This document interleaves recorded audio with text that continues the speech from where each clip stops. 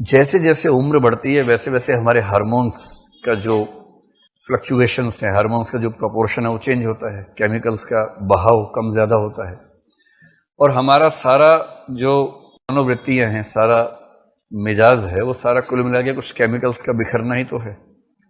कौन से hormone secrete हुए, आपका व्यवहार, आपका सोचना, महसूस करना उसी तरह का होता है। इसलिए उम्र के साथ व्यक्ति का स्वभाव नहीं बदलता, ये बकवास बात है। बदलता है, बदलता ही ये भी।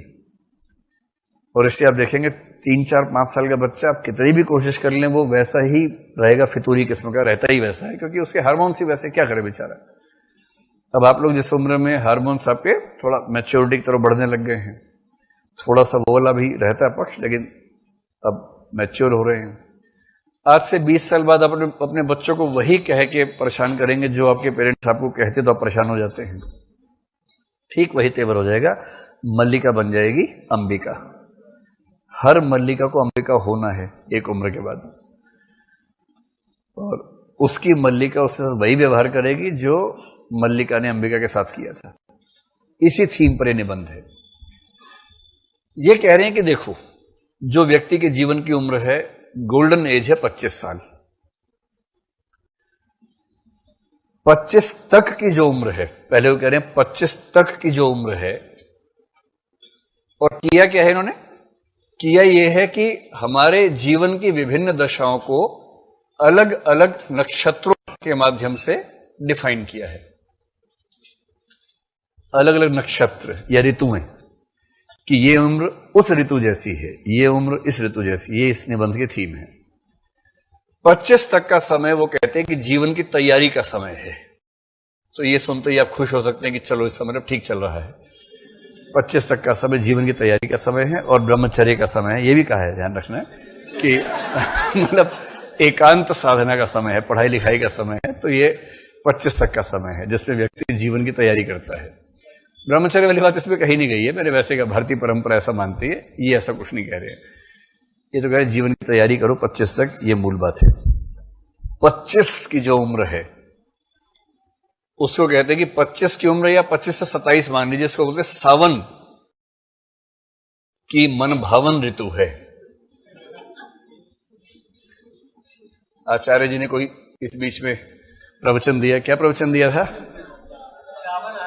सावन आया झूम के, घूम के, कौन सा कि सावन आया है, वो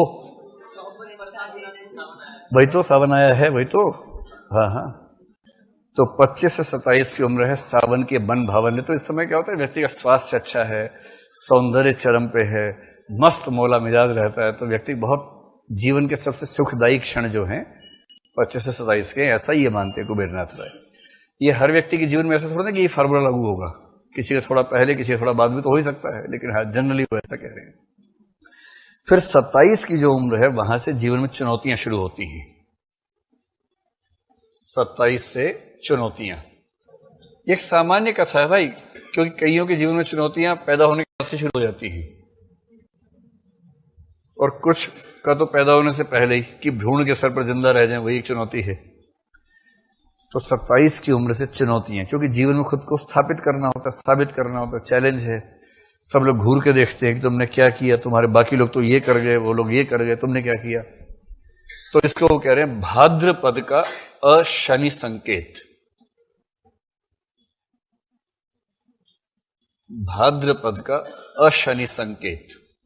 ये निबंध पढ़ना जरूर जब भी मौका मिले, अभी या सेक्शन के बाद जब मौका मिले, इसको यूं ही पढ़िएगा, पढ़ के बड़ा आनंद आएगा आपको।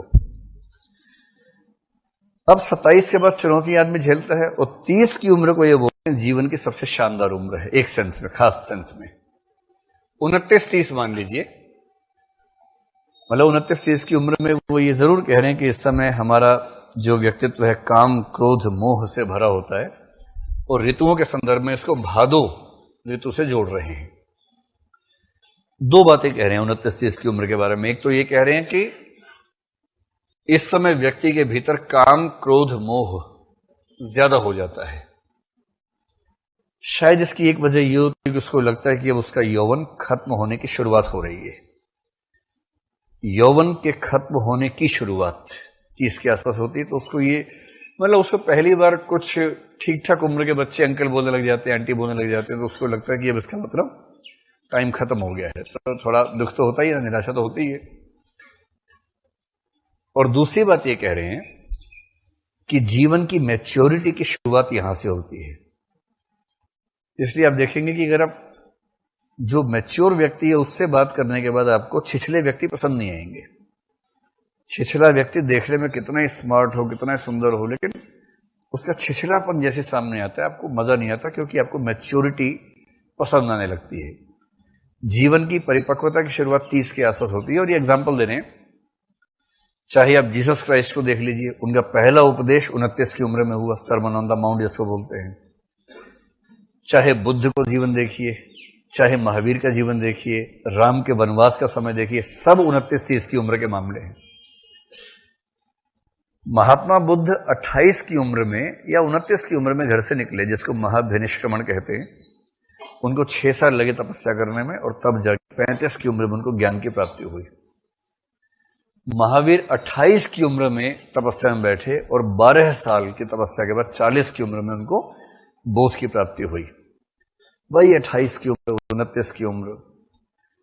तो इसलिए ये कहा गया है कि ये वाली उम्र सबसे उर्वर उम्र है, जिसमें आप सबसे कुछ मौलिक कर पाते हैं। उसके पहले दैहिक रूप से शक्तिशाली होना अलग बात है, लेकिन इस समय मैच्योरिटी की शुरुआत होती है।